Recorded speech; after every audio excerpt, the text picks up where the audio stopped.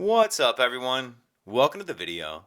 Today we're going to take a look at how to replace the battery in this Audi A3 remote key fob.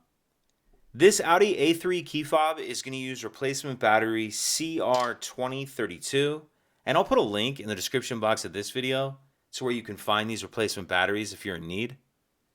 So the first thing I'm going to do is grab my key fob and remove the emergency key that's in the bottom of it.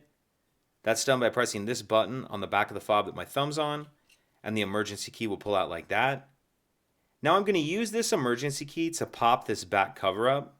How I'm going to do that is I'm going to stick it in the slot that it originally slid out of, except I'm going to kind of angle it over to the side like this, push it in about this far, and then I'll pry up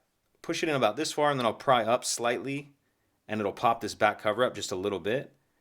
So put my key in there, and again I'm going in at an angle like that, and you'll feel it hit, and then pry up just a little bit, and you can see it pops the cover up just a little bit like that. And I can get my finger on here and pull that cover off. Now we see our battery right here, and I'll use my key just to help pop it out of that holder. Now I'll grab my new replacement battery, and you want to make sure that you're installing that with the plus side up, positive side up. And I'll tuck this bottom edge in first like that, and then snap it down into place. Then we'll put this back cover on. And if you notice on this back cover, there's these two tabs.